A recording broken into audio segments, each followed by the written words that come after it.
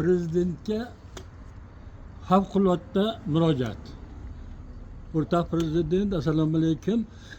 Mana bizni demokratik O'zbekiston Respublikasida Qo'qon degan shaharda mana kecha nimada ko'rgan bo'lsangiz kerak, nimani mana hokim zo'ravonligi, Abdulla Aripov zo'ravonligi, siyosatni noqonuniy ketgani, zo'ravonlik qolib jinoiy harakatlarni qilganini tanqid qilib chiqqanimga mana bugun kasalmand odamni, bir invalid odamni hozir mana nevaram bilan jiyanimni do'konni ochib turgan tadbirkorlik do'konini mana sutkalab ochinglar, 400 ko'payib qoldi deyapsiz. Pechatlab nima qilib ketdi? Olib ketdi, qo'lida qayirib nima qiliblardi.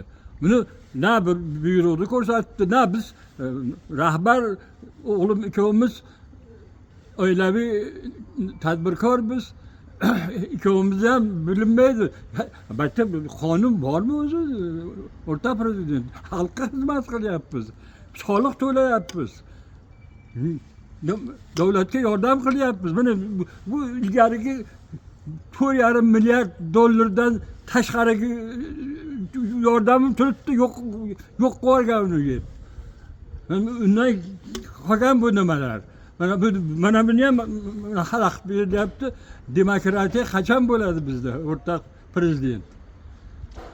Soat mana kechki 12 Mana bo'lyapti. 12 bo'lyapti soat.